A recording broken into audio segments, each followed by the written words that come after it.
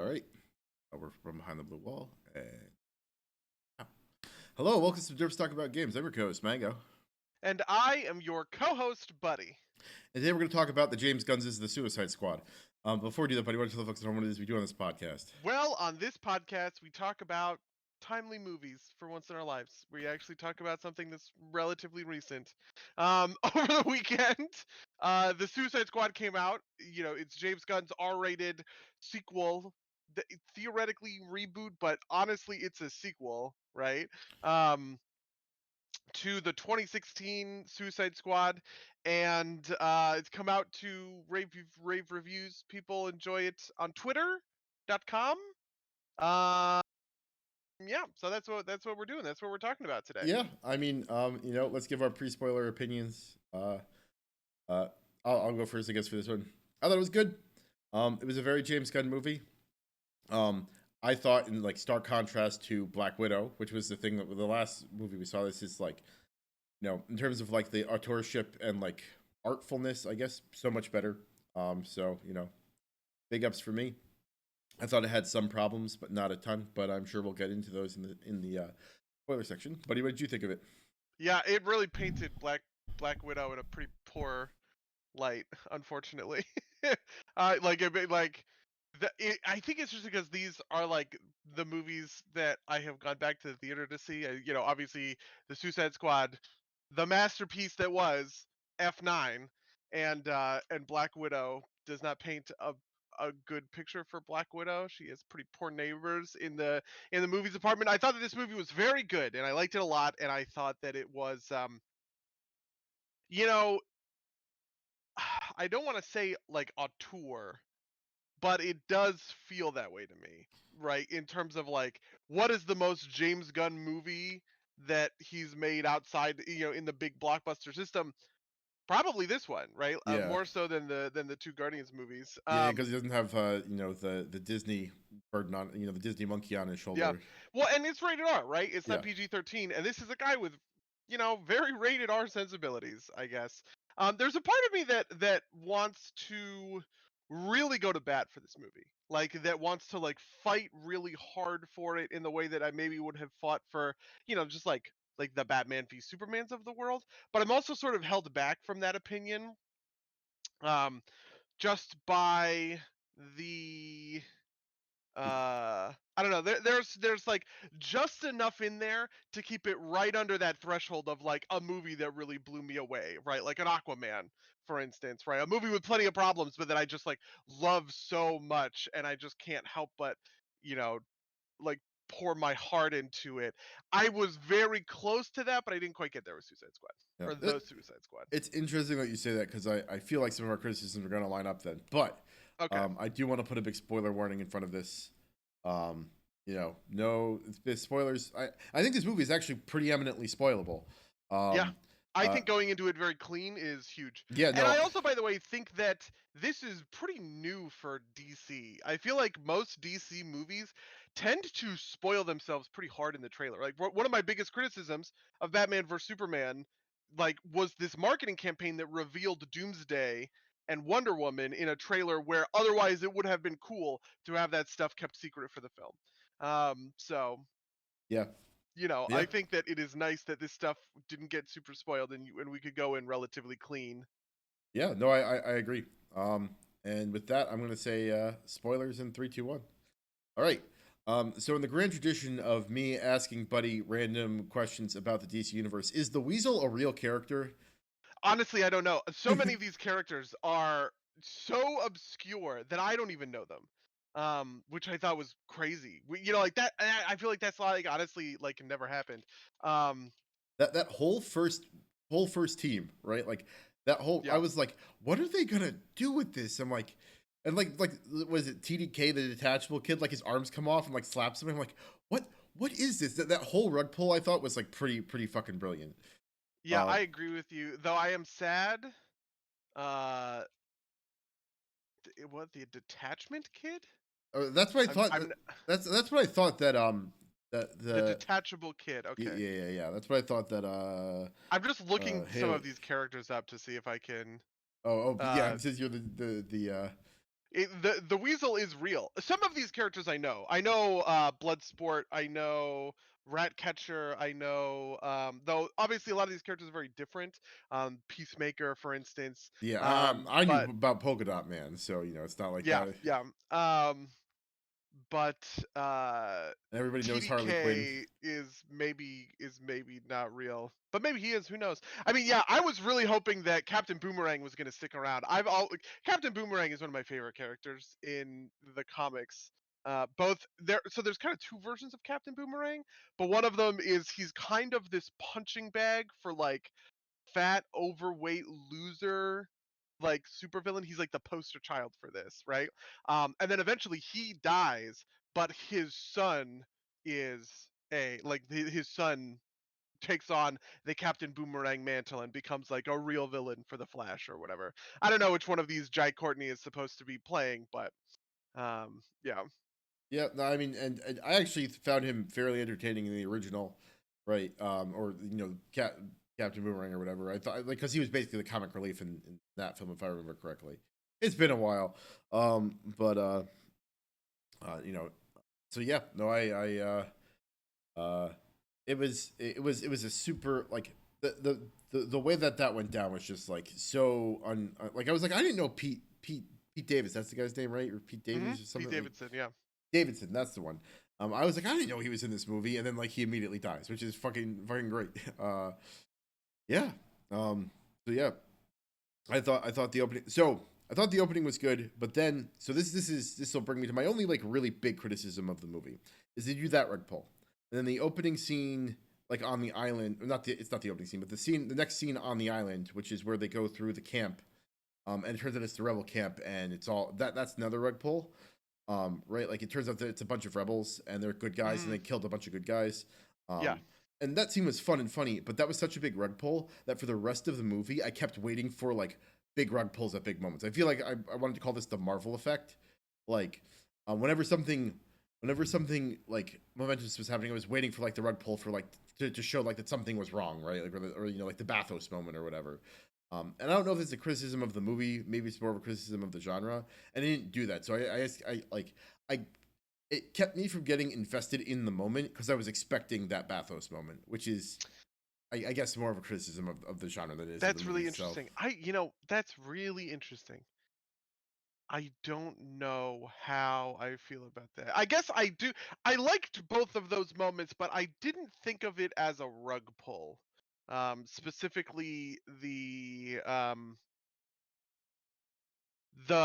thing in the rebel camp. Like I didn't think of that as a rug pull. Like that, it's funny, but it's funny in the way that a joke is, right? So it didn't feel like bathos or in the way that I normally think of bathos, if that makes sense, right?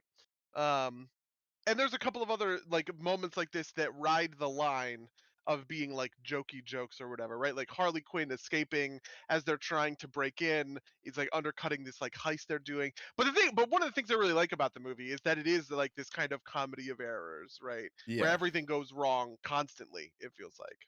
Yeah, and I would say that the Harley Quinn moment works better because they don't pull the rug on you because they preload Harley Quinn escaping, right? And they show Yeah. the heist part after that's already done. So it's not like Yeah, they set up the heist and then they cut to Harley Quinn being interrogated. There's enough time in the interrogation just so you can kind of lose the thread about like the heist. Then she has this like badass, escape sequence or whatever. And then you go back to, and I think that like that's just, yeah, I don't know, like that's just like good comedic timing yeah, or whatever. it's good But I comedic. think that there's actually a lot of that stuff in the movie, right? Where they're just kind of failing forwards, like each individual piece, they are just failing to the next individual piece. I agree. Um, uh, so other things I thought that like I thought that what so still in the early movie, I think one of the best things they did was they made Amanda Waller into like an like an undeniable villain like Yeah. immediately, right? Like the thing like the thing with Bloodsport's kid was just like so fucking terrible. Like it's Can I like I just mean, mention one thing? I just have to mention this off go the for it. bat. It's so obvious that it's supposed to be Will Smith as Deadshot in this bit, right? we had set up, so I think this drives me nuts about this movie, right? How clear it is that Bloodsport is supposed to be Deadshot. That I just like, that was the thing that really like kept me out of it or whatever. Which honestly, I don't think that that's a fair, like, that's not criticism. That's just like, I understand the makings of this, world or whatever, but they introduce and they set up this relationship between Deadshot and his daughter in the first Suicide Squad, which this is a real sequel to, right? Is Everybody it? keeps saying like reboot, but like it has a bunch of the same actors playing the same characters who acknowledge the same like universe, Well, they which don't I just acknowledge think the. is like, Do they acknowledge the continuity though? yeah, well, because Harley knows Boomerang and Rick Flag Like, yeah, I guess that's true. I guess from that's fair. the original Suicide Squad or whatever, which is just like, I don't know. To me, I feel like they had very kind of cold feet, in the same way that Wonder Woman 1984 did, about acknowledging the greater Right. DC universe, right? Almost kind of And like how being, what was it, Aquaman did, right? Like everything post Justice League has been kind of like, plausible deniability for the rest of the DCEU, which is weird, right? Like I feel like they want to be able to like eject any movie that they don't quite like. you think Aquaman did? I feel like Aquaman effortlessly, right? What do you think Aquaman like fails to interact with the Well, DC universe about? there's just nothing there, right? Like there's like not a lot for, like there's like Oh, he, there's like a line. There's like one line where she talks about them fighting Steppenwolf, right? And obviously he, the trident and stuff like that. But like, right, yeah, but I it's guess I see all what you that's mean. what I mean by plausible deniability, right? Like this Okay, could yeah, be a it is reboot very or it could thin, be a right? sequel, There right? Yeah, are no continuity nods, basically at all, right? yeah, Um, which on one hand I get, right? Maybe that's something that you don't want to like saddle people with. But boy, oh boy, did it feel like Bloodshot was supposed to be Deadshot, and or sorry, it's Bloodsport sport. was supposed to be Deadshot, and it bothers me so much that it wasn't. I didn't hate Idris Elba. I like Idris Elba a lot, but I don't really think he's a movie star, and I don't really think he's a leading man either. I think Idris Elba is best in a supporting role, if that makes sense.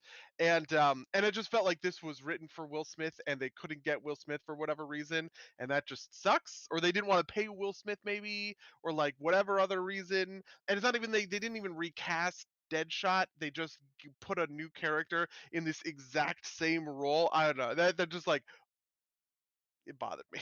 No, I get it, and I think this is like the epitome of the plausible deniability thing, right? Like the fact that they didn't recast him, they made a different character means that if at some point in the future Will Smith wants to come back as Deadshot, it's there, right? Like you can. Yeah. Um, yeah.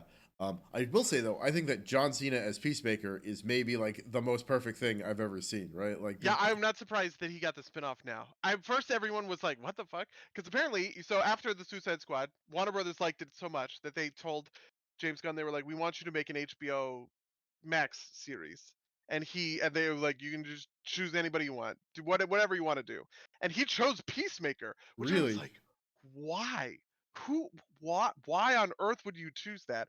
But I get it a lot more now. It makes a lot more sense. I also loved Peacemaker. I think Peacemaker is one of the best parts of the movie, specifically because he is kind of this gigantic payoff for some of these other parts of the movie. Like, one of the things that I like a lot about the structure of the Suicide Squad is that Waller is this villain who is thousands and thousands of miles away, right? There's stakes. She can blow up your head whenever you want, right? But she's not like directly really interacting in a physical space with any of our characters.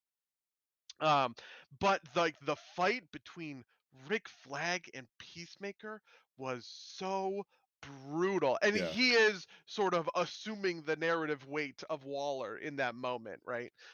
Which I think made his stuff just that much better and that much yeah, cooler. And John Cena is so charismatic, and just like Peacemaker is just such a fucking ridiculous guy in the first place, but he is also like weirdly believable in that kind of cartoon way where, like, when SpongeBob SquarePants holds the telephone up and then sticks his hand through the telephone and it comes out Sandy's telephone and it works because cartoon logic, even though that would never actually really work.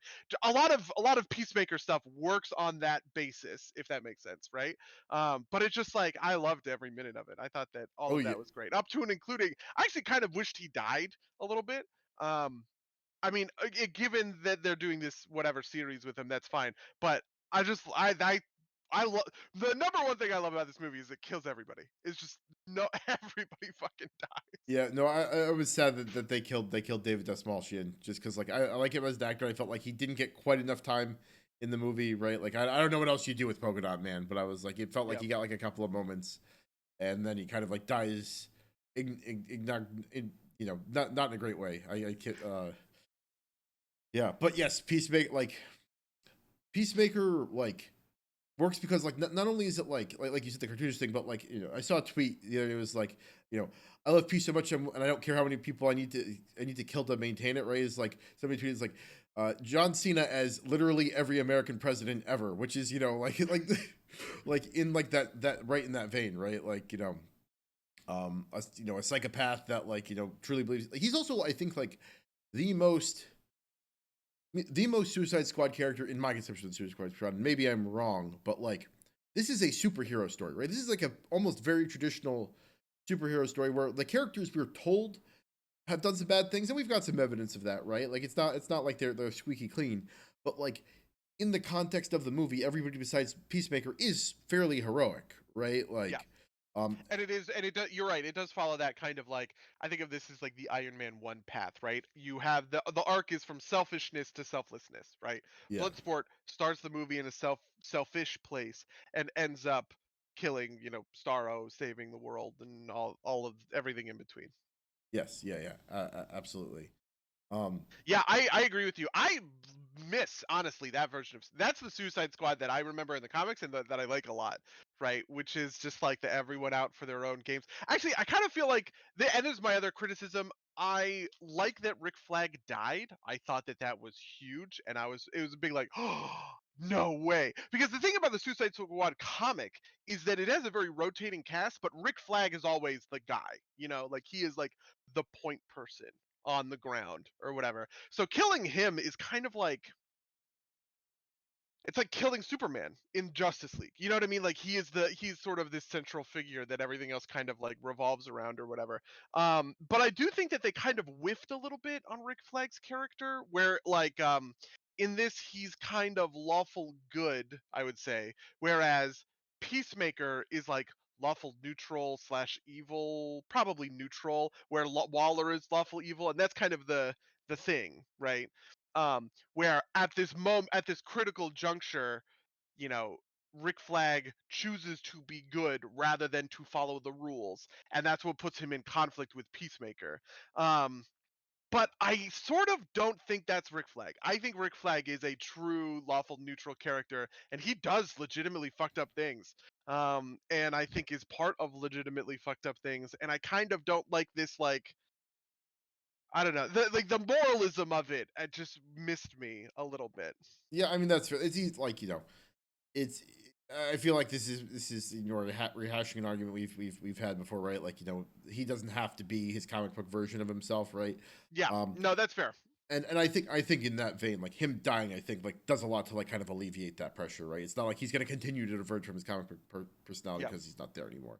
Um, but that is definitely sort of like the base of the criticism. Like I like that version of it more, but what are you gonna do?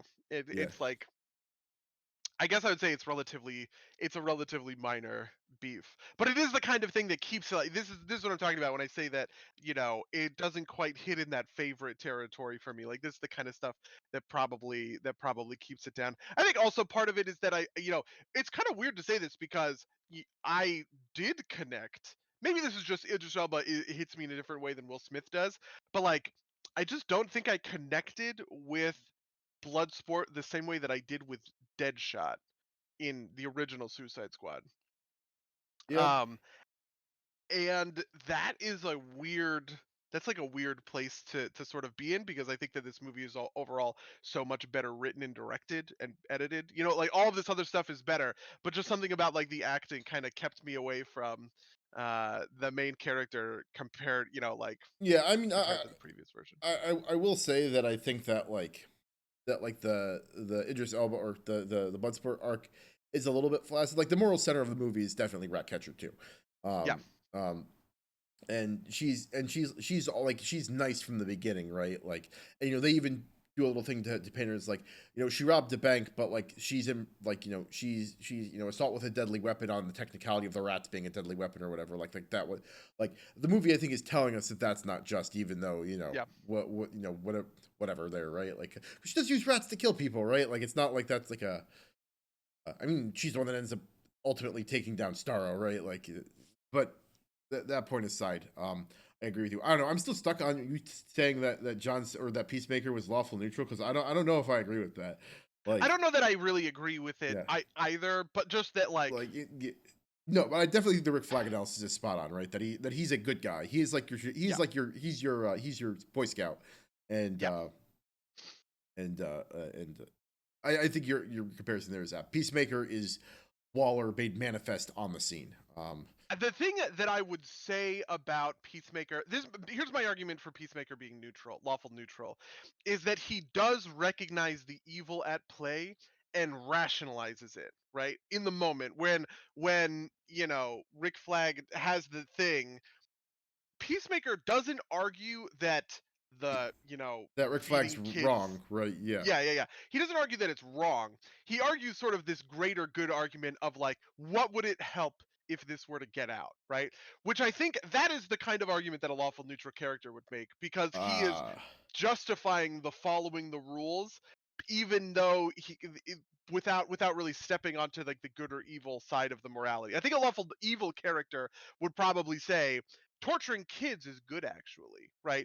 The science that we got out of this is good actually, or it, something kind of along those lines. But Peacemaker doesn't do that. He doesn't really try and excuse the bad thing. He just thinks following the rules is more important than whether the okay. thing is good or bad. So I see what you're saying. I just don't think he's following, like, because like I feel like the true lawful neutral character, right, is like, you know, is like it's almost like Rorschach, right? Like Rorschach is the character who's like kind of like a fuck up, but like wants the truth to get out, right? Like, like the United States should be punished. Like the law says the United States should be held to account for the Starro experiment, right? Oh, I see what you're saying. Yeah, I Yeah, mean yeah, that kind of depends on where yeah. No, you're like where respected. your axis of Yeah, law is. The law axis that I'm talking about here is essentially allegiance to the yeah. United States government or whatever. But theoretically, there is sort of a law axis of like the Geneva And Convention, yeah, right? yeah. Like Yeah.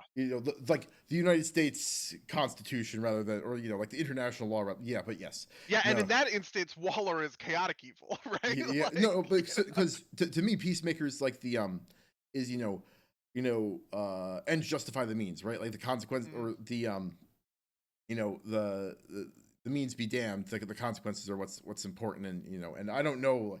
I don't feel like that fits well into like the lawful chaotic spectrum, but this is ultimately a Yeah, I distraction, I mean, guess. Yeah, yeah, maybe not, right? yeah, But it is definitely like sort of where that conflict, where that yes, conflict came yeah, down. Um, and I have a particular soft, like lawful neutral is my favorite, like alignment.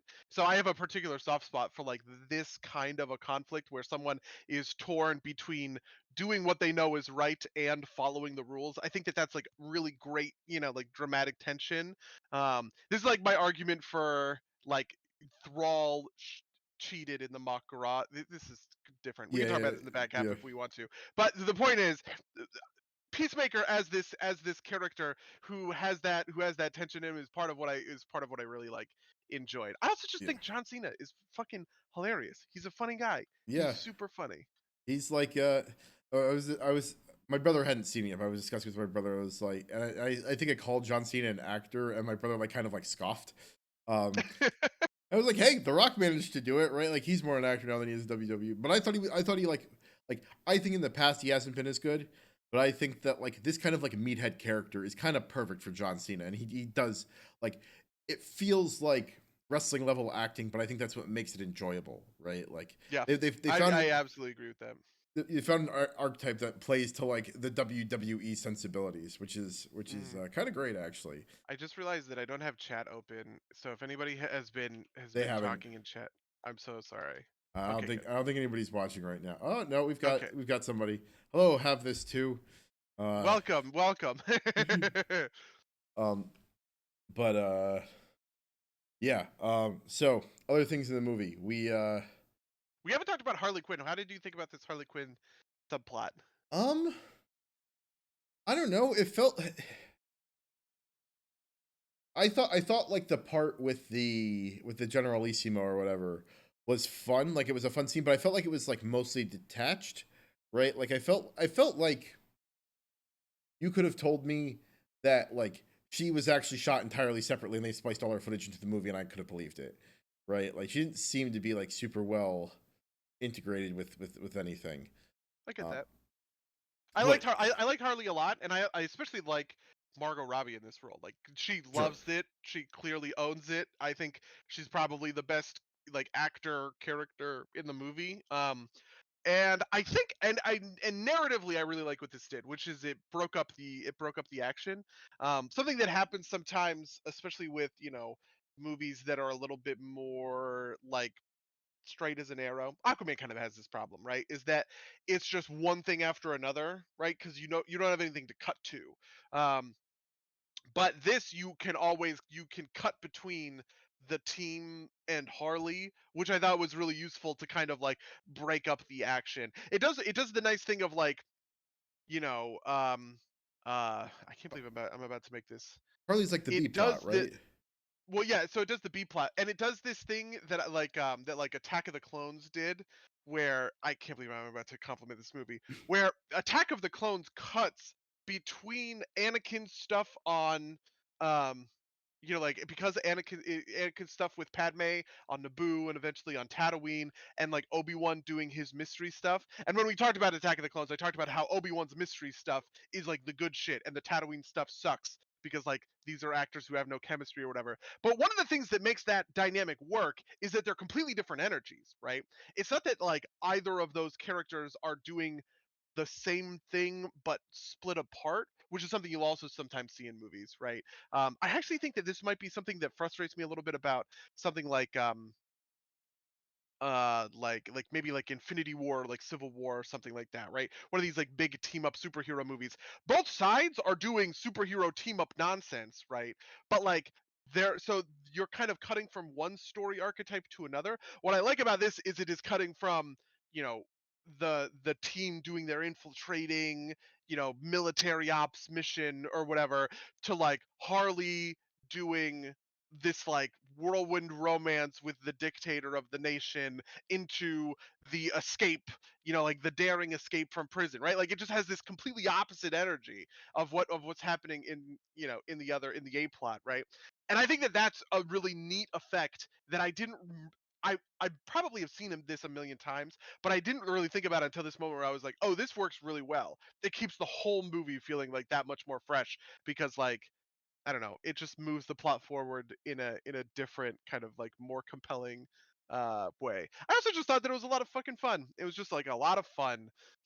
She shoots the guy, she has her fling with him, she thinks he's hot or whatever, and it's just like all that stuff worked like gangbusters for me. No, like I didn't mean to imply that I thought she like did a poor job or anything. I just I think the thing you identified, which is like that secondary kind of effect, like that she's sorry about the train, that she's a Choo choo.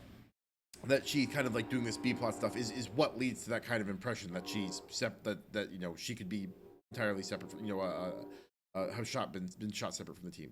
So yeah, I think that's spot on. Yeah. Um, I also do like how the film pays attention to what she knows and doesn't know. Like there's that whole bit with Milton or yeah, whatever in the building in like in Jotunheim. And part of what makes that bit work is like the continuity of Harley hasn't been with the team all that long. She like just joined with the team.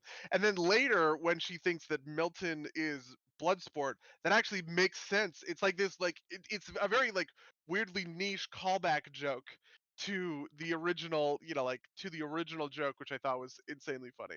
I No, I laughed mean, very hard. even like the whole Milton thing, like as itself, right? Because like I remember like when they're walking into Jotunheim and like Milton's like on the side. I'm like, I guess he's coming with them too, right? And like, and like he's there but not acknowledged by the camera really, right? Like you just kind of see him, and I was like, okay, I guess he's here. And like I think that worked super well with the polka dot man being like Milton, right? And like and Harley like not knowing who. I just thought it was a really well done set of actions, right? Like have him be in the background but there but and unacknowledged, so that when he dies, that kind of like Harley not recognizing him makes sense. Am I making any sense? Yeah, I get that. I get you for sure. um what did What you did you think? think of like now that we're in Jotunheim, right? Like what that whole back half, right? The kind of climax third act to the movie. um so it felt like a blockbustery, which was fine. It was, I am down for like a very kind of classic, like it's, superhero team beats a big space monster is like very classic, very good. Um, you know, I I feel like the moment where Bloodsport like steps into his leader shoes or whatever, like that didn't feel great. Like I think this might be like to your point about Idris Elba being a better supporting actor than a leader. Yeah, that Um, is like basically exactly what I mean. um, yeah, like I said earlier, I feel like Polka Dot Man's a little bit underserved. I also think that like the Shark Man is a little bit underserved, but like the Shark Man was always like that's like that character archetypes um like purpose is to just be like kind of like comic relief. Yeah. Um but yeah. Um Okay, somebody else we haven't talked about is Nanaue. yeah, that's How do Shark you? Man. I'm surprised this one didn't come up first because like I feel like this is the kind of character that you typically love in movies like this. Yeah, so he's fun, but like he doesn't get a lot, right? I like the David, like I liked the Polka Dot Man character better because like he had like a personality. Like the mom thing was at least neat, right? Like the camera jokes to like make all the people look like his mom, I thought were like pretty spot on. Um, Hmm. but Nanawe or whatever his name is, he just kind of like is big and like is funny occasionally, but he doesn't have like a good moment other than like the stretch pull, right? Like that's like a very comic book panely moment, but like Mm. it's not like it's a particularly big one. It's not like that's like a particularly important enemy. It's just like a guy he decided to tear in half. Um, and so if like I don't feel like he gets a lot of like David Sebastian at least gets the kind of like the moment where he like the moment right before his death, right, where he shoots Starro and says I'm a superhero, right? Like I don't even think Nui even gets that, right? Like he I think just Nanaue's version of that is being friends with the squad, right? yeah, Where like okay, that's fair. that's like the arc that it's very bare bones, Yeah. which is funny because like something that I think works about like Guardians 2 is it has pretty complex arcs for a lot of its characters. More complex than, the Suicide Squad. But I think overall I like the Suicide Squad better because maybe it's just like an aesthetic thing or just like the way the plot is structured I think is a little more interesting and has better kind of dramatic tension and I'm in the ride more than I was when it was like when we were talking about like Guardians 2. It's funny I guess I'm arguing that this is a stupider movie than Guardians 2, but it works better because of that in a way. And Nanawe is a little bit of uh a poster child, I guess for that. Though I'm a little depressed. I mean, Nanaue is interesting. Nanaue comes from Superboy comics, and then he gets hijacked into Aquaman comics, which is where he gets his name. And also his backstory that he is the son of the shark god. That is lore from an Aquaman comic where Aquaman hangs out with Nanaue. Nanaue is kind of like a sidekick in his adventures or whatever. But he's like a plant, the shark god who just wants to consume everything, right? Um, put Nanaue in that group so that he could keep tabs on what Aquaman is doing, right? And have an inside man or whatever. And that never ends up coming because they canceled the run. But like that's like the core backstory of Nanaue, right? And then he kind of got adopted into the Suicide Squad in like more modern comics, where I guess his role is just to be like big and stupid and say things. Because my understanding is that this is a very accurate rendition of the character Yeah. in Suicide Squad lore. Which is funny because his equivalent, which would be Drax, is not a very good accurate rendition of Drax in the comics. Oh, Uh, really? I think it's the opposite. I think uh his opposite is Groot. oh, is that true? Just kind of like the big, I don't want to say dumb guy, but Yeah, essentially the big. because Drax is the big dumb guy though, right? Like I think this is more be a problem with Guardians, right? Like that, like they don't band to five super well. Yeah, Uh, maybe. it's almost because like Groot and Rocket are like almost in most pieces of media that aren't the actual movie. Yeah, they're Right? just a unit. Yeah, yeah.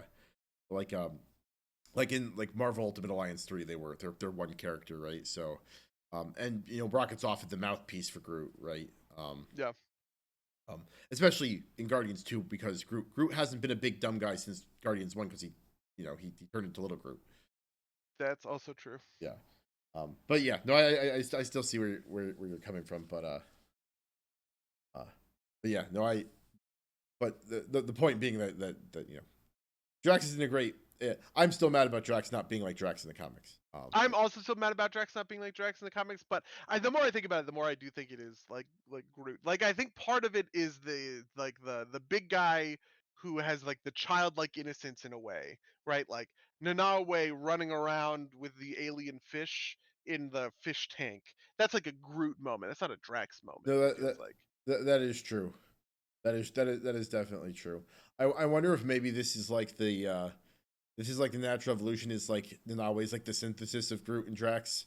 Yeah. Uh, I mean, the thing I thought he died. I was like, and that maybe was the death I would have been most like invested in and cared about because he is so innocent. It's like killing a dog, right. right? Yeah. Yeah. So the idea that he's having fun with these like floaty jellyfish guys and then they eat him alive when the cage breaks or whatever.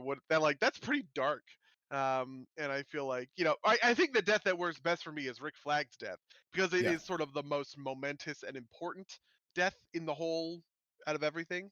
Yeah, and Um, it gets the right cinematic treatment for it too, right? Like yeah, the shot where it follows the fucking like piece of ceramic into his fucking heart. That was fantastic, right? Like that really yeah, sold the moment. Yeah. yeah, and I also think that and that is the sort of that's like the thematic, pardon the pun, beating heart of the movie, right? Like the thematic heart of the movie is all built around this like U.S. interventionism bullshit, right? Like the the politics of it, right? Where Rick Flag, where the conflict is between, you know, Rick Flag's sort of moral obligation and Peacemaker's sort of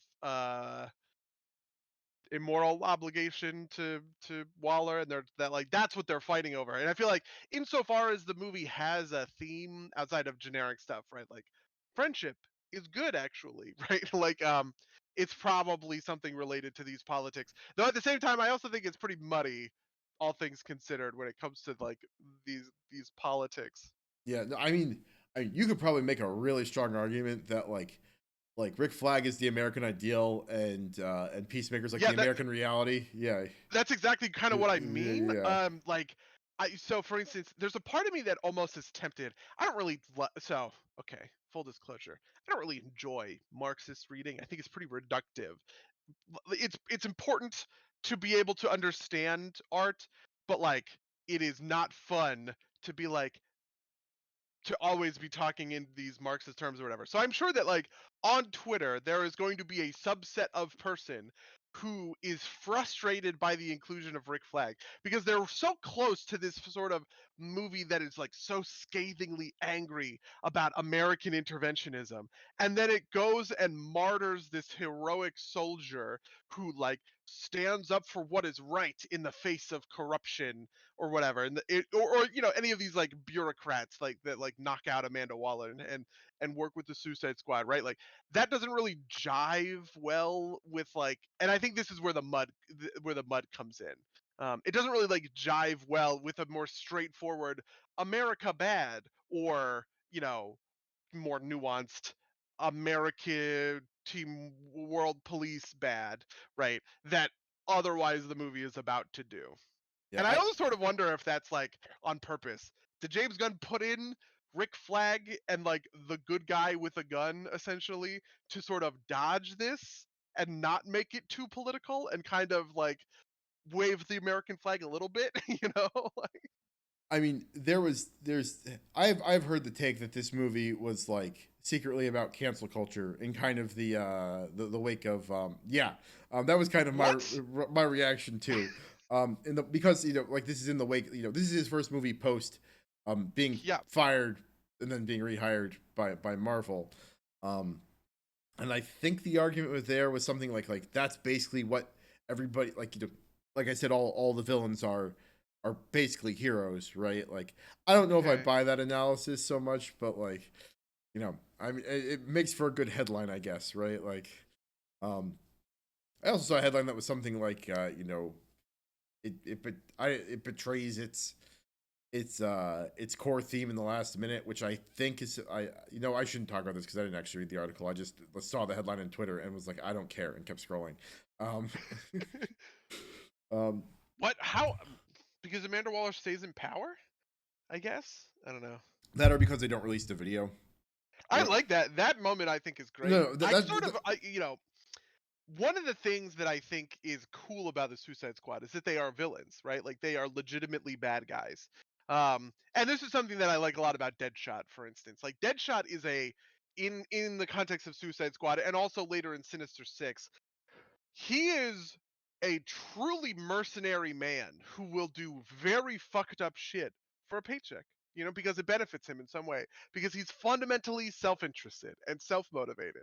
And if somebody is going to, like reward him for doing something heinous, he's more than willing to do the heinous thing. This is the magic of Suicide Squad, right? Like this is why Suicide Squad is so fun, and it's like an enduring, like comic book brand however long after its release, because we're constantly dealing with heroes who have this stiff upper lip and aren't willing to compromise, whatever. And so sometimes it's just kind of like nice to let the villains be villains and let the villains do the evil bad guy thing. And the evil bad guy thing is to bury this stuff for Waller, because it personally benefits them as individual rather than bring any sort of justice to the greater world. And I just think, mwah, that's the perfect shit right there. Like that's what I love. This is the hot take, is this is the radical centrist movie, right? Because they don't abandon the island nation to be destabilized. Yep. They save the they save the island nation, but they save the drive for their own personal purposes. You know, that's but yes. Do you so there not a lot of people live to see the end of the movie, obviously. Harley Quinn, Bloodsport, Ratcatcher 2, Nanawe might be the only four that end up, and Weasel, I guess. Well, and Oh, and then Peacemaker Peacemaker, in the, yeah, so six people come out of this alive, right? yeah, two in Out the of post the credits. 15 or so between the first two squads, right? Would you be excited to see the Suicide Squad 2 continuing the adventures of Bloodsport at all? Um, Potentially, but like I don't know what you could do with it. Like I've I feel like I'd be a lot more yes if Polka Dot Man survived, because I think there's enough like interplay there for it to be interesting. Like I just don't think there's like enough there without another, like, or you have to replace him in some way, right? You like have Uh-huh. uh a similarly positioned character. Um, and I think a lot of that would have to be. It couldn't be like the Suicide Squad 2, the continuing adventures of Bloodsport. I think it'd have to be Suicide Squad 2, the resolution of the drive plot, like the back to part drive. Really interesting. Okay. Because other like I like I don't think this like works like Guardians 2, 3, 4, 5, right? Like I just don't think there's enough there because like they're not like the thing that I think ultimately makes the Suicide Squad concept interesting is being under Amanda Waller's thumb, right? Yeah. Um, and so the like, and so without anything pushing it there, I just don't think there's like because I also don't think the team is necessarily stable at that point, Hmm. right? Um, because again, another part of this is like is Amanda Waller forcing all of these people who otherwise wouldn't work together, to work together to fulfill the terms of their contract. So, um, yeah, that's my take.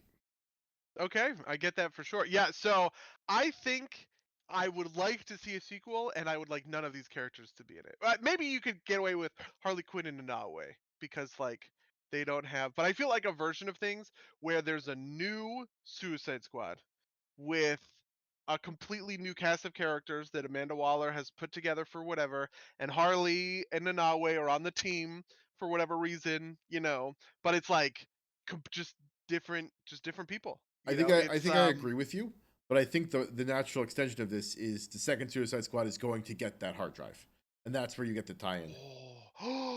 that would honestly be great. I think that would be sweet to be Mm, completely honest. I feel like that would be really sweet. Actually, so no, this is just coming to me, right? This is the pitch. It's the Suicide Squad 2. It's a totally different team of people, and then like it's the 30-minute mark before you find out that the target is their hard drive, and that's when the original Suicide Squad comes back in, right? And that's the conflict is the old Yeah, Suicide and one Squad of the versus things that's interesting is there's a lot of characters that are like Suicide Squad mainstays who sort of deserve to come into it but haven't hit there. First of all, an easy one is Poison Ivy. Poison Ivy and Harley Quinn are they're like a couple in the comics on and off or whatever, but they do Suicide Squad stuff together. Bronze Tiger is a huge one. Bronze Tiger is sort of what Bloodsport was, and I almost thought that they were going to go for Bronze. Bronze Tiger is just like a martial artist guy. Um, but he's just like he's a great member of the Suicide Squad. I have always loved him as a member of the Suicide Squad. You could do Count Vertigo, who is he's like a nobleman, but he can like fuck people. He gives people vertigo, which sounds dumb, but it is like is he in cooler and like works better than that. is he in Young Justice? Yeah. Oh yeah. He is in Young Justice. Yes. And then there's others, right? There's Knockout. There's Shade, who I love a lot. Shade probably most people know from like um the Justice League cartoon where he can move through shadows and controls shadows or whatever. There's Clock King. There's just like a million of these guys, right? Who you can sub in, and I think that's the perfect way to do the Suicide Squad because the cool thing about it is you can sub in big name actors without tying them to huge contracts, right? You don't need to get Idris Elba back. You can do Bronze Tiger, and you can bring in a completely new guy, and you don't have to lock him in for two more sequels. You can just say, hey, you're in for this one, you're out for the next. Like that's the world we live in, right? So I don't know. I love all of these characters, and I love the Suicide Squad just like as a pitch in general. So I feel like there's like a lot of good stuff you can do with like the rotating nature of everything. Oh, you know what? This just occurred to me, and this is going back to your point about like Nanawe being Groot. The other parallel is he's voiced by a famous person, right? It's fucking Sylvester Stallone. Stallone. Yeah, yeah. Like Yeah. like Groot is Vin Diesel, right? Like, Yeah. um, man, James Gunn's got a pretty reliable formula book. I mean, honestly, the craziest thing, and the thing that I think would be the very coolest, the tip top of awesome for the Suicide Squad sequel would be to pull in characters from some of these other DC movies. Imagine a version of the Suicide Squad with Black Manta. How fucking sweet would Mm. that be? Or Lex Luthor or whoever, like any of these individual Victor Zsasz. Does he die in Birds of Prey? I don't remember. Like any of these individual characters that get set up in other DC movies showing back up as members of the Suicide Squad would be great. You could also pay off shit like Deathstroke. in Deathstroke shows up in the Justice League in the Snyder cut. I think he shows up in both cuts actually. But Deathstroke shows up in the Snyder cut. He is an easy Suicide Squad member or a Suicide Squad opponent, right? There's a lot that you can do with this stuff, Yeah, I agree. and I love it. I agree. I agree. Um, yeah, no, it'd be, I don't know. So this is only tangentially related, but in front of the film, there was the Robert Pattinson Batman ad. Trailer rather? What did you think? Or I did you have have that? seen that trailer, but I liked it. I liked it on the big screen quite a lot. Um, I I don't know. I liked it on the big screen a lot. I think I'm a little over this version of Batman, but I'm willing to give it the benefit of the doubt. And what I mean by this version of Batman is basically solo Batman. One of the things that frustrates me, I mean, even for Batman versions of Batman that I like, right? Like I like Ben Affleck's Batman. I like the Christian Bale Batman, right? Um, the Batman of the comics is about family, which I sounds like a bit, like I'm doing a bit, and I hear it. I hear it. Okay, I hear it. But the truth is, the Batman of the comics is much more like the Batman of Young Justice than he is the Batman of The Dark Knight or the Batman of, you know, the any of the other movies that have ever come out. Mm, Um the Nightwing is his son, Robin is his other son, Batgirl is his daughter. They have, like they have this familial sort of relationship, where Batman is the dad, Catwoman is the mom, sort of, but she's like, you know, different or whatever, right? Like, and that's just like that's the stuff that makes good Batman stories in the modern era. They're like you just kind of can't ignore Robin forever. And it feels like we're on the third version of Batman without a fucking Robin. And I'm like, guys, you're missing the point here. Part of the point is this extended universe of characters, right? And you have some of that. One thing I really loved in the trailer is, what's his name? It's the guy who's playing Commissioner Gordon, but he's a great actor who is like the perfect character actor for this part. The fuck is his name? Jeffrey Wright. Um, like I think he's great. He's a really integral part of like the Batman mythos. I think Alfred in this is great and is also a part of the Batman mythos. I love his little conversation that he has, like with Batman. I like that this is a younger Batman. Specifically, one of the things that I think both um like one of the things that is cool about this, it seems, is that Robert Pattinson is just like a much younger feeling guy than Christian Bale or much more than Ben Affleck was, right. right? Um, and so I like that because I think that there's uh the year one version of Batman is fun, right? The Bruce just getting out, starting out, not being great at the job yet, right? Like not really being on top of everything yet. That's always fun, right? But yeah, I don't know. That's my elongated take on the Batman trailer, I guess. Mm.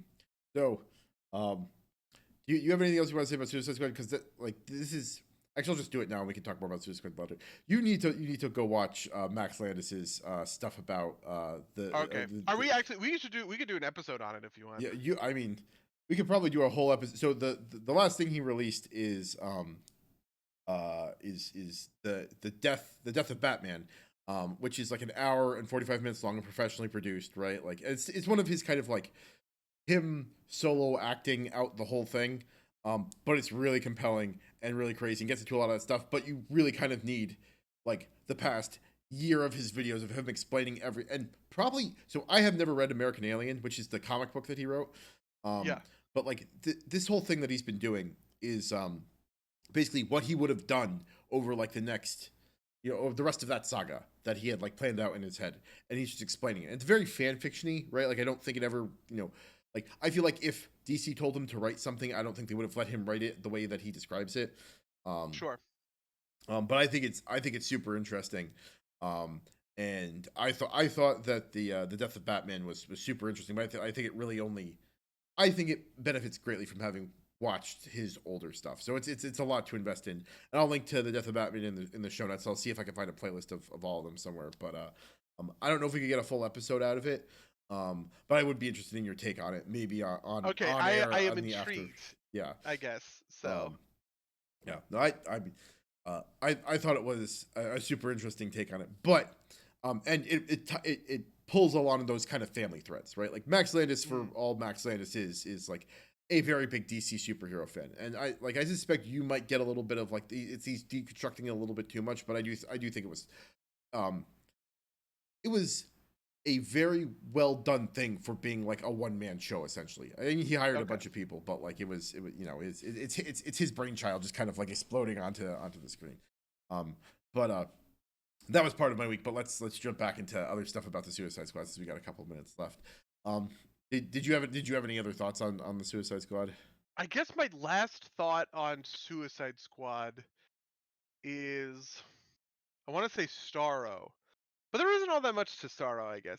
The nice thing about Starro is that he is the famous uh he's the famous bad guy of the Justice League. The very first Justice League comic was about, like, or like a lot of the Justice League comes together comics typically feature Starro, right? So for instance, one of the things that launched the Justice League cartoon was in Batman Beyond. They did a Justice League Beyond episode where Superman was controlled by Starro, and it was like a big Starro thing. So Starro is like a I don't know, he's a very like integral part of the DC universe.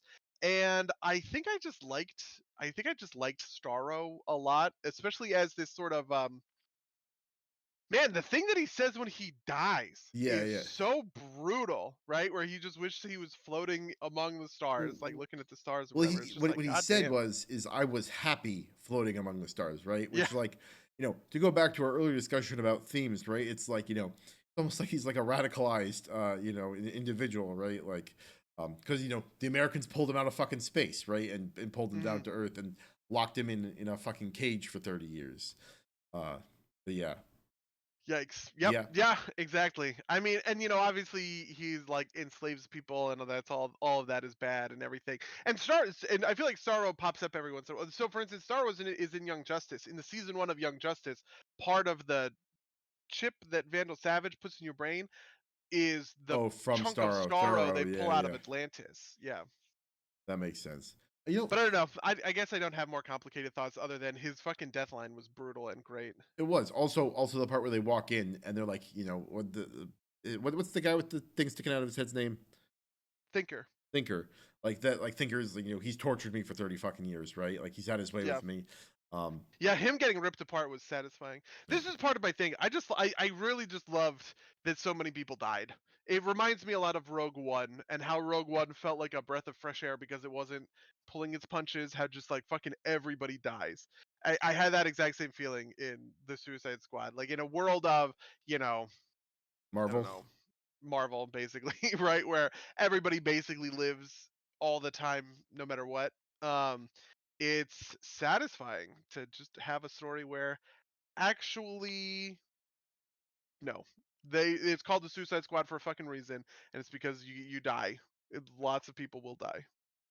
I, wa- I was something that amused me a lot was that when they did the flashback with Thinker, he just like had less things sticking out of his head. That just Yeah, he had fewer things. that just like really hit me in the right way to make me laugh. Uh, but yeah, no, it's I think Starro was, or so I guess the kind of interesting question there, right? Like, or the interesting moral conundrum is if this is like Starro's nature, right? Like, how much is he really evil, right? Like, Mhm. um, I guess that's like an interesting philosophical question. Like, this is how he lives, right? Like, he makes the babies and he controls people. Like, does he die if he doesn't do that?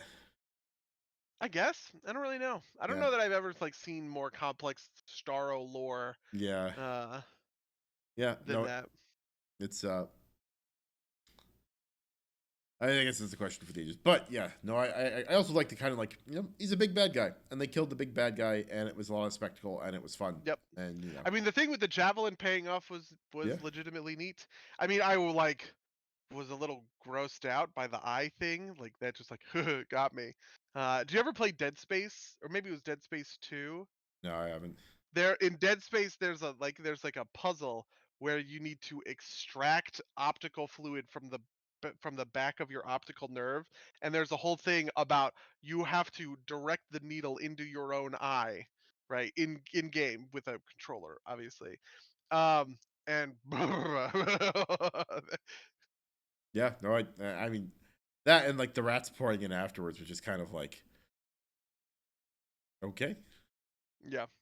I mean, I think I feel like everybody typically has some weird body horror, some piece of body horror that gets to them. For me, it's always teeth, actually, which I segues maybe into our weeks reasonably well.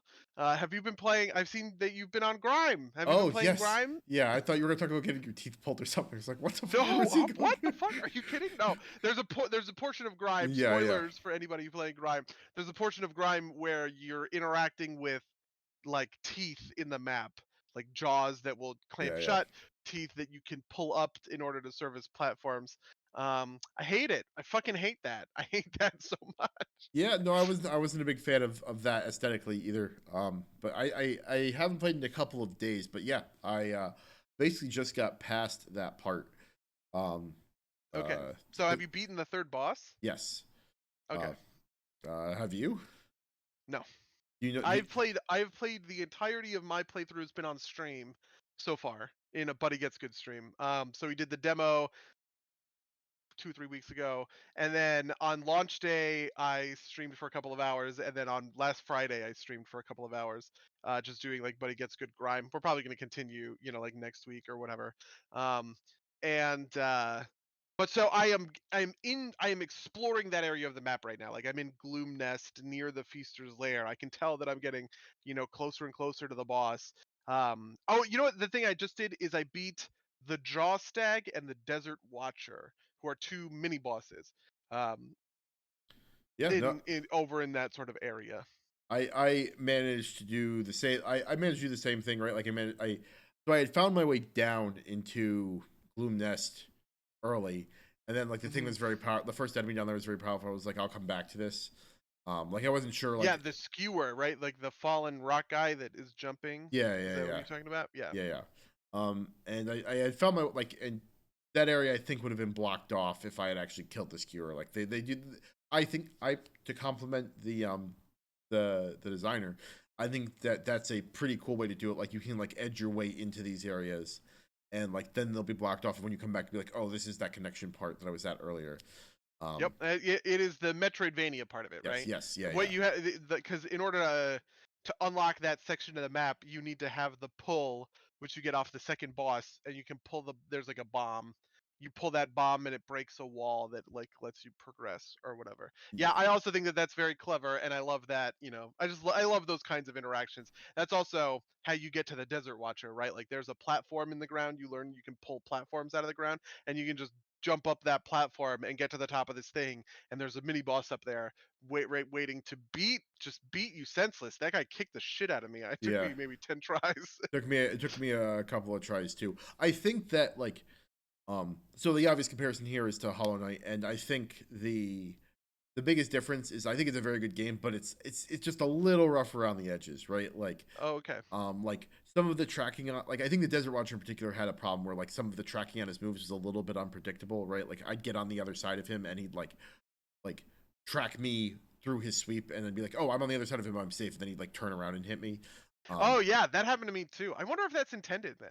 Yeah, I mean it's I didn't think about that as as a bug or whatever, but it is definitely something that he did when I was trying to like yeah. So dodge and juke. I don't know if it's I will say I don't know if it's necessarily a bug, but kind of in the like in the kind of Dark Souls mold, right? This is much more Dark Souls than it is Hollow Knight, because Hollow Knight you've got a lot more maneuverability options, right? Like this game does a lot of the lock yourself into animations type things.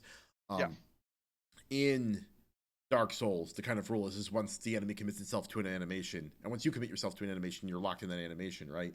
And so turning around, kind of based on you going through and to him turning around, feels like it's breaking that rule, at least to me. Interesting. Um, Okay, yeah, that makes sense.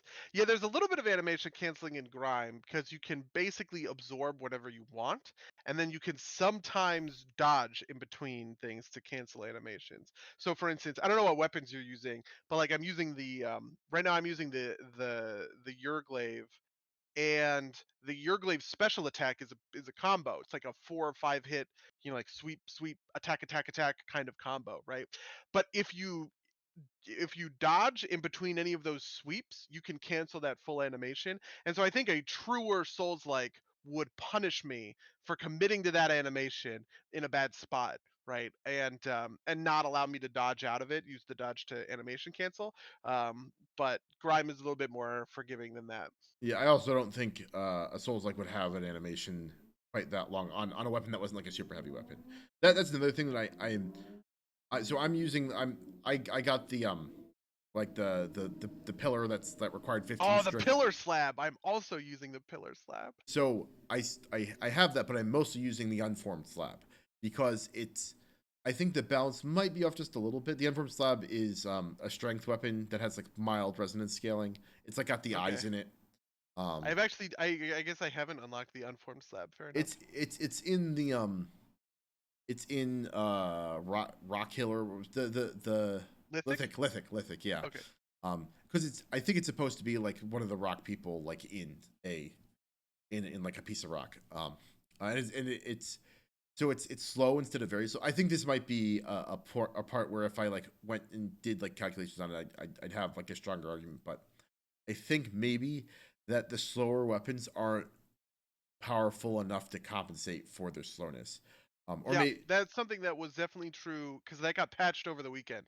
Obviously, I'm intimately aware of the patch notes, but something that I remember is that strength weapons got buffed both in terms of damage and this is what I thought they needed was they take less force per hit because I yeah, think the big advantage of the dex weapons was they didn't deplete your force bar, like your stamina bar, all that much. So it was very easy for me to use, for instance, the fossil fist, right? You can use the fossil fist in kind of fits and spurts because the animation isn't super long. You're not really like committed or whatever. Um, without like draining my force bar, but like doing 2 or 3 hit combos with a strength weapon seemed to just absolutely devastate, like the amount of force I had, which I do think was a little like not correct. yeah. So the other thing I think that maybe they could have done would have been to give the very slow weapon make them uninterruptible. Like that you could Oh, just sure. eat the hit and like still get through with your big fucking slam. Yeah. That was something I missed. Just to Yeah, confirm, one of the big things that I think is a benefit of those weapons, which is nice, is that they tend to stun enemies for quite a while. So, which ironically makes them not great for these mini bosses, yeah, but I feel like when I'm using the pillar slab, I can just chew through like the little guys without too much trouble because once you hit them once, they're knocked for the whole time and you yeah, can just finish them off, no, that's right? fair. Um which is useful. Did you use the bellow mace? Did you go from like the bellow mace to the Mace. pillar slab? I went from the Bellow Okay. Mace to the. I was using Bellow Mace and Unformed Slab, and then I went to the Pillar Slab, and then I've mostly just like not pulled out the Pillar Slab. But now that it's got buffed, maybe I will. Um, Yeah. just because like you know the Unformed Slab is like a little bit faster, and like it doesn't do the big overhead, but it's special. Is it like throws people over you, and so Oh, it's basically interesting. like uh it's basically like knocking them down, right? Like it's Yeah. not as easy to follow up with them, but Yeah, see, another weapon that I picked up was the Maul sword, which is like the Maul axe, but it's a little bit different. But the Maul sword also uses that for its special, where the Maul sword, I don't think it yeets them behind you. I think it yeets them in front of you. But like you hit somebody with the Maul sword and they go flying, right? And that's part of what makes it, like part of yeah. what makes it good. This is part of like those weapon showcase videos I was doing, right? Like but I think my favorite weapon so far, to be honest, is the Fossil Fist, just because the Fossil Fist combo of the uppercut into like the aerial slam or whatever, like all that just feels so good to like execute. And then I went and I picked up the Urglaive just because I was around there. Like somebody was like, "Oh, you should go get the Urglaive while you're here." And I've just been using that because the Urglaive actually has pretty okay strength scaling, which I was like, "Oh, that's nice." Hmm. No, I want to like the lanterns, but I can't get used to them. Like Oh, really? The they first lantern I think is incredibly good. like they're cool, but like I just can't get the rhythm right on them. Like um I don't know. It doesn't work out for me. I'd rather just hit things with my big stick. Slap, slap, Yeah, slap. I think the burst lantern is sort of an I don't I don't know that I actually think this, but it's sort of like an opt-in challenge mode. I think it is so hard to use the burst lantern just on regular enemies. They just attack too fast. And you just can never like stack shit up or whatever. I mean, this is one of those things I talk about in the weapon showcase video that I did or whatever. But it's so good against bosses and mini bosses because like because it doesn't use a lot of animation, right? It doesn't use a lot Mm. of force to apply stuff. You can just kind of dodge around, parry stuff, right? Apply a couple of stacks, parry stuff, apply a stack, and eventually you get to 30 and you detonate all of it. And especially like so on the rock giant, for instance, the parry or the burst lantern stacks hit the rock giant's head and you can like practically one shot him, which is just like that just feels so good. Right. But I just think that I think it's so hard to use in sort of a normal way. I know there are a couple of other resonance weapons. So I think it is possible to do a resonance build, but it is a lot less intuitive than the obvious you go dex weapons and you use the fossil fist and your glaive, or you use the twin fangs or whatever, or you go strength and use the obelisk fist or whatever, right? Like those are sort of straightforward. Resonance is a little more complicated. Yeah, resonance is the weird weapon that it's also like you build up your hunt powers that like scale off of resonance, right? Like, Oh yeah, because there are a bunch of those. yeah. What hunt powers have you been like Um, prioritizing? so I haven't really leveled any of them past one yet. But the big ones that I thought were that I really like are the dodge through, the damage and regain force. Um, uh, damage on repel I think is really good. Mm. Um, and damage on pull. Um, are the three Oh, I ones haven't seen that one yet, actually. that is on the guys that do like the dive and nerf route. It costs 3 to get the first Oh, the level. piercers. Yeah, Yeah. sure. Yeah. Yeah, Yeah. I feel like I've been going for very defensive powers, right? I got the one where it's like if you kill a guy, he just leaves a little bit of breath, I did that one too. Yeah. whether or not you absorb him. I got the one that's like your art you get one additional ardor from each of your ardor sources. And I got those because I felt like I was dying all the time. Like I was just like constantly dying and I wanted to keep my ardor up, or whatever. But I feel like maybe I will refund those like in the future because like they are at a certain point, like for instance, neither of those will help me kill a boss, right? So I think the breath one is very good because healing is so sparse. I think it's particularly important if you're using slow weapons and are occasionally taking a yeah. hit. But yeah. Um, yeah. No, I was also very happy to unlock the air dash. That was like clutch. Like that makes the like it still feels a bit slow. Like Hollow Knight, I think shines a lot because you unlock enough powers so you can start moving through the areas very effectively, and it Mm, still feels like that you're moving through areas relatively slowly in this, which is fine. It's sure. just not perfect. Yeah, but yeah, Well, um, I I like the map. Like I saw somebody on the Discord saying this was bad, and so I want to defend it. But that the okay. the mapping mechanic, I like that. This the similar thing happened in Hollow Knight. The only thing maybe I would do differently is like let you draw the map out yourself without the mapping and like the map. No, you don't need to do that. I'm lying. Yeah, the Um, thing that this also got changed over the weekend. The thing that changed was you now get the indicator for the beacon much farther away, okay, so you see the tiny pink Drill. stream. That is Yeah, that is a which very I good think is the change. correct. Yeah, I Yeah. think that's the correct way to go about that. Just because what it makes me want to do as a player is like follow the path. But by the time in the previous version, by the time that I was seeing the thing, I was just like basically on top of it anyway. So I didn't get that feeling of like, oh, let me explore up and around to actually get there. Yeah, no, I agree. The thing is you obviously haven't gotten it yet, but it is on purpose very bad for the feaster's lair, and by bad I mean like it's very hard to find. Sure. Um, do you know where it is? Yeah, I do Okay. offhand, just because I've seen enough footage of the Yeah. game. Okay, So yeah. yeah, No, and I think the Feaster's Lair, I think, also kind of fucks with you because it puts the boss, it puts like the boss icon, and you think you're there, but like you have to go like over. I mean, I don't want to spoil anything, but Yeah. like it kind of trolls you a little Oh yeah. with where that boss icon is.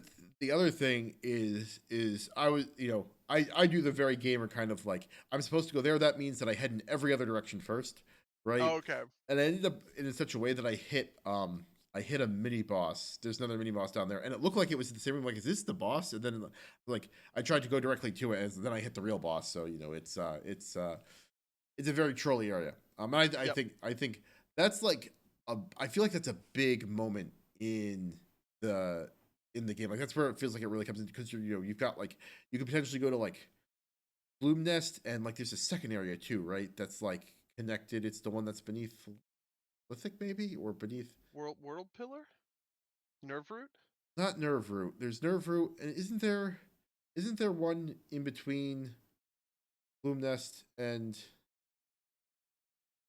I remember going up into a second area. Like the flower people are in Lithic, right? Because you go out. Maybe there's also I don't know where it is. There's also the garden is another area, which maybe that is. So I there, have fought one of the flower people, but I don't know if I was in the garden when I did the it. flower people are the second boss. Oh, I'm sorry. Yes, the Whispering Mothers. But there are also mobs that are Okay. flower people Okay. Yeah. who I don't know if they're in Gloomness. I don't know if they're in the garden. I know that the garden vaguely exists, but I'm not sure if that's Yeah. what you're referring to. Yeah. So like under Lithic, there's an area, and then under the desert is where Gloom Nest is, and maybe I'm combining two areas, but Okay. there's like two or three different things to do on your way to, and there's Nerve Root too on your way to the Feaster's Lair. Which Yeah. I think that's like kind of like the big Metroidvania moment, right? When you're really free to do anything. Up until that point, it's kind of like, climb your way to the top, and there are some secrets to be found. There's a lot of secrets, which I think is neat. Um, Yeah, like the unformed slab. I yeah, never found that one. And I went pretty deep in Lithic. First of all, I like Lithic the most, just because the music I think is great, and I really wanted the obelisk fists, which is hidden in Lithic somewhere, and it took me forever to find it. Um, but I got that, and also the pillar slab is also like kind of hard to find in Lithic.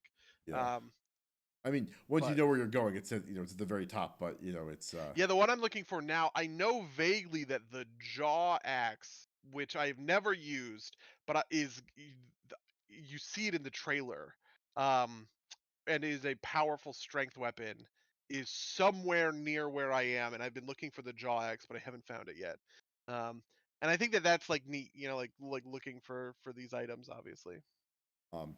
So I do want to say that one moment that really got me, that I thought was really well done, is there's like a hermit crab thing with like a red The stone. jaw crab. It's maybe it's got like a red stone on its back.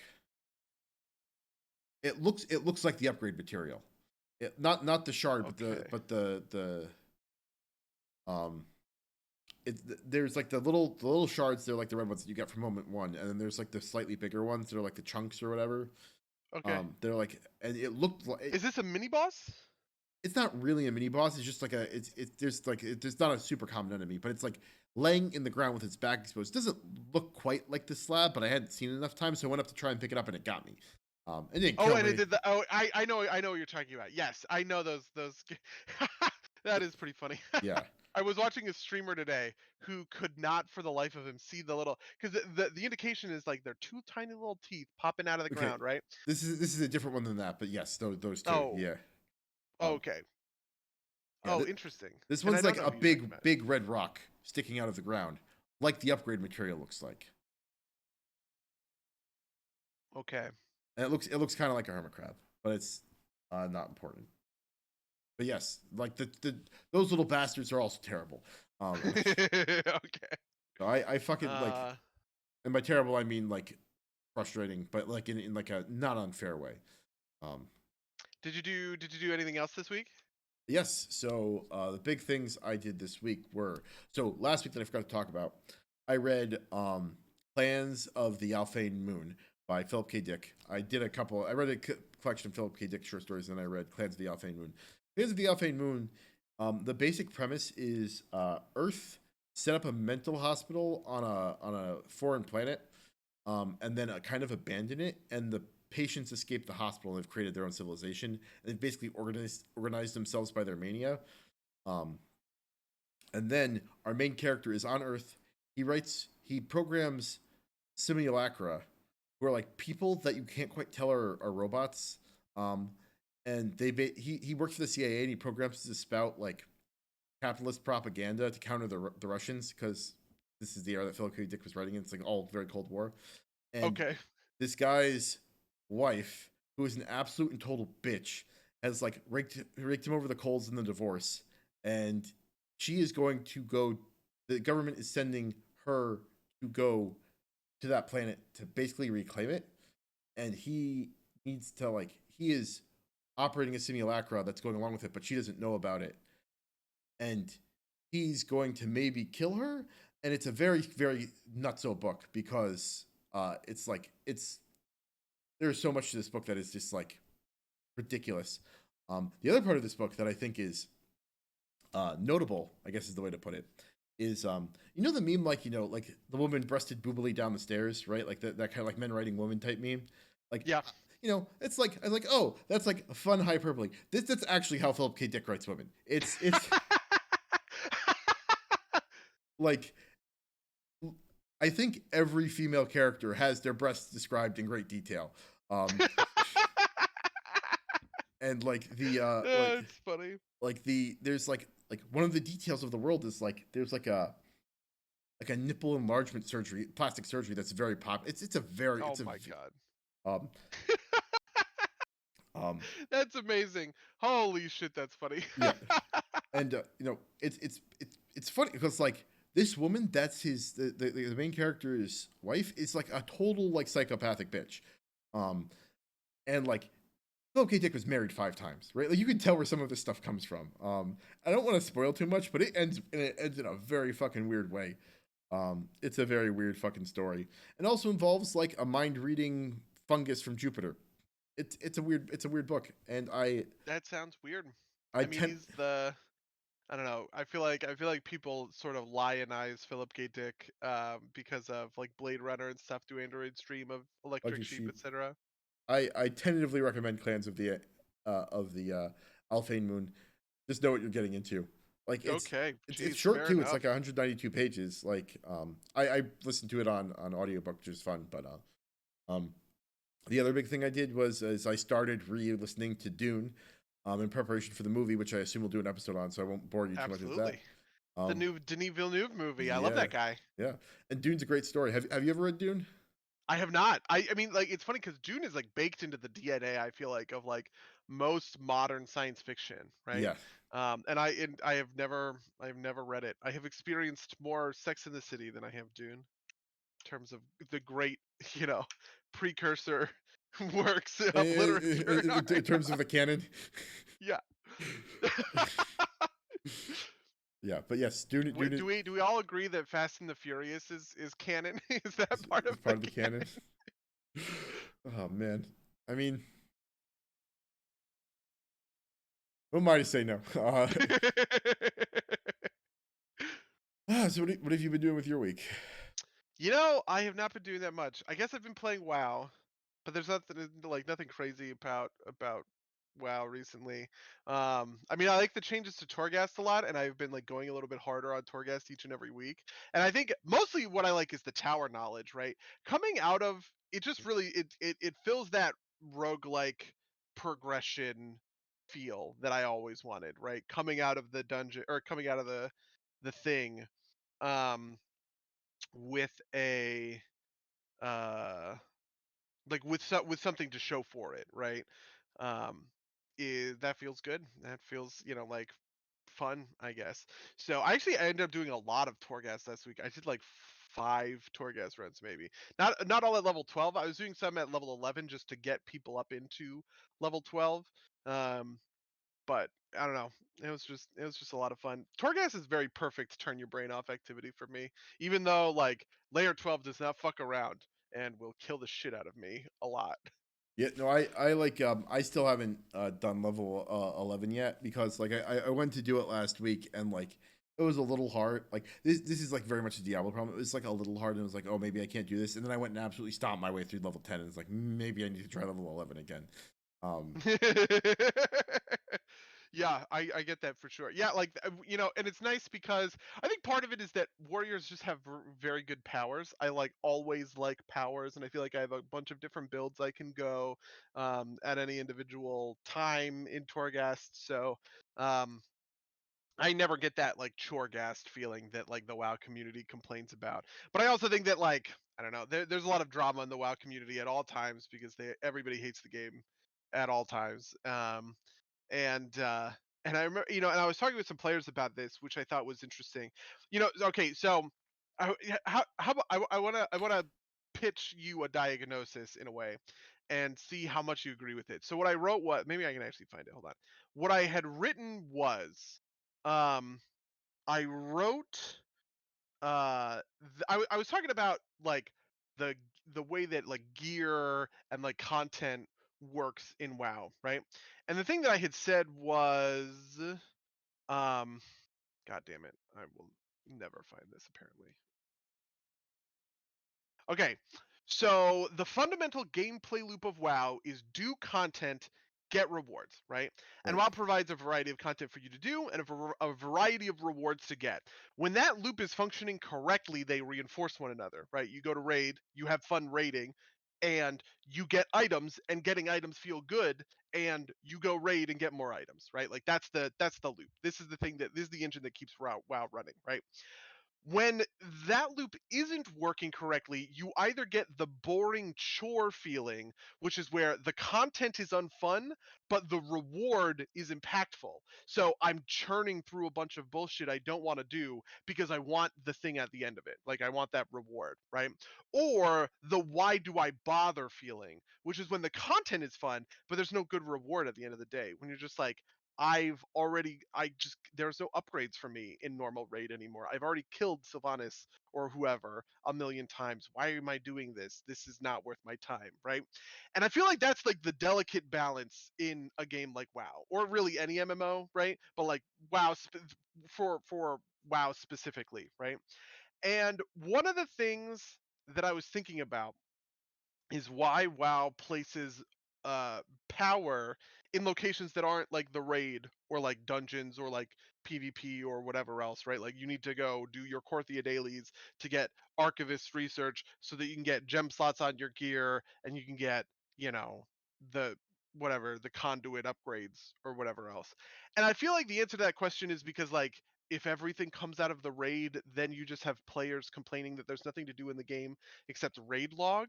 And I just feel like that's like an incredibly difficult balance to strike. And I was Yeah. wondering, what do you think No, about that? I think you're absolutely right.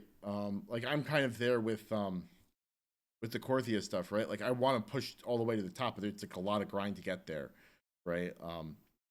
Uh, and I like, I think you're right. It's a tough balance because you want people to be able to do things in a bunch of different ways, but that also has the risk of the people who want to maximize feeling like they need to go do absolutely everything in Yeah. order to maximize their power, and them being like, I have to do all this bullshit to maximize my power. And then they burn themselves out on the Yeah, game yeah, because yeah. they're doing all this shit they don't want to do because they feel like obligated to. See, I feel like I would I referred to that feeling in a way as brainworms Right. with another group of people when we were talking about something unrelated.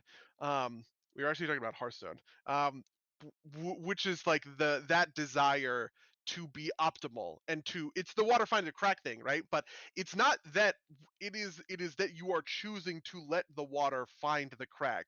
And we were kind of comparing Magic the Gathering and Hearthstone because I was talking about I let fly my controversial opinion that Magic is a bad game, except for Commander, which is a good format. Like Commander makes Magic the Gathering a good game, actually, but without Commander, it's bad. And something I was talking about is how like people will kind of like instinctively power down their decks in Commander, right? Like you do like if you want to run incredibly powerful win on turn 3 decks, you can, but most players don't because the part of the point of Commander is going to turn 10 and slamming a big fatty that would never see play in Yep. any other format of Magic the Gathering, right?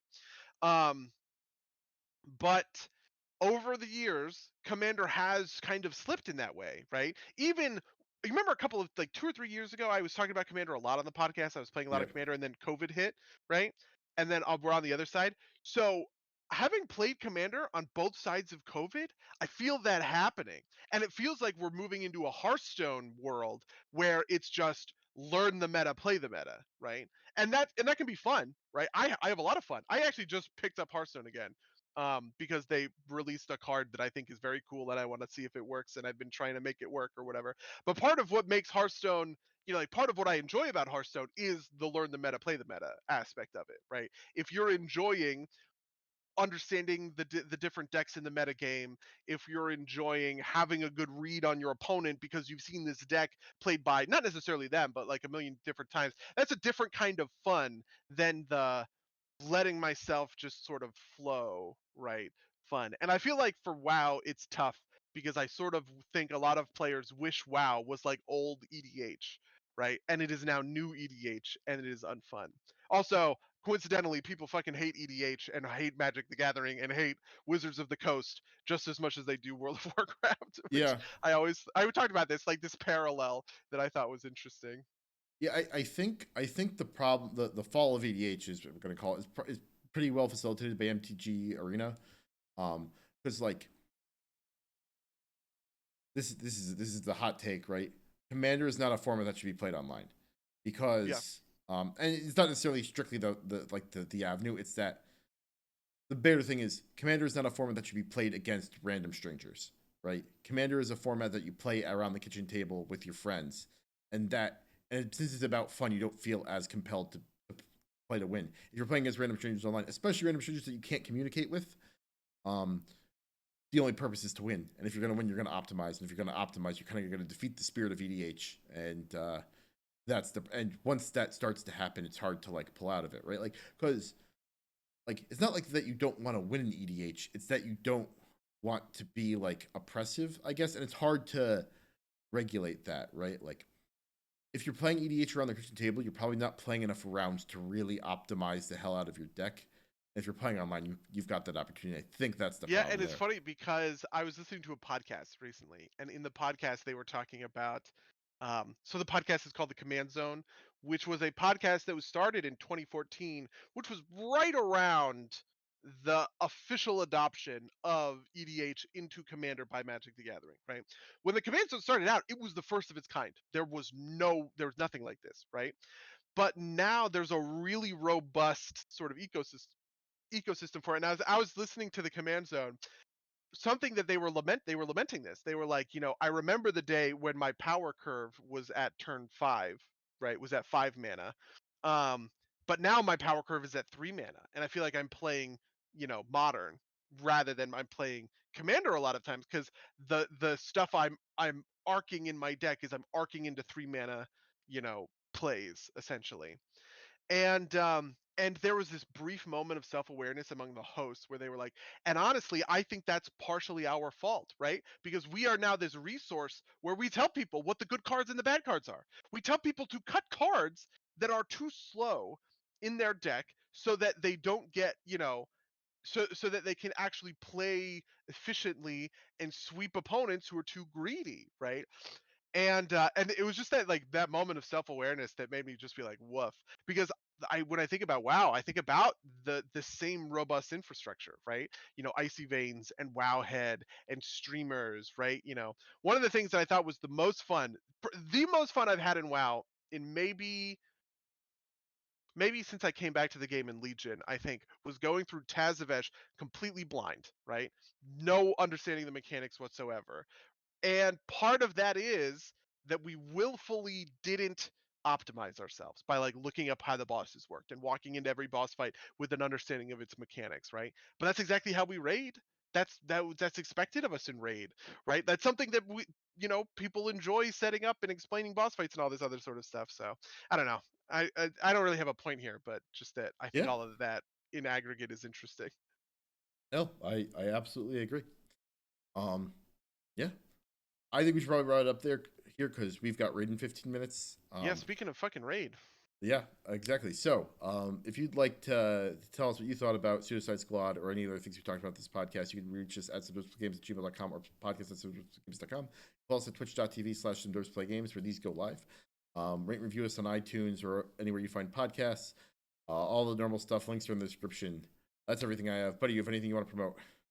I have one small thing that I would like to promote, which is movie night this week, which is, and I'm literally saying this for your benefit because I feel like you might enjoy, uh, though I think you're busy at this time. Is we're watching Pee-wee's Big Adventure, which I have never seen, but is like a cult classic from the 80s. Uh, and it'll be the Akupara Games server, discord.gg/Akupara Games, Friday at 4 p.m. Pacific, 7 p.m. Eastern. So if you want to come and hang out and watch the movie with us, that's the time. Yeah, I did not do my Pee Wee Herman laugh very well. That's what that was an attempt to do. uh, but yeah, all right. With that, I'll say until next time, your listeners. Until next time, loyal listeners.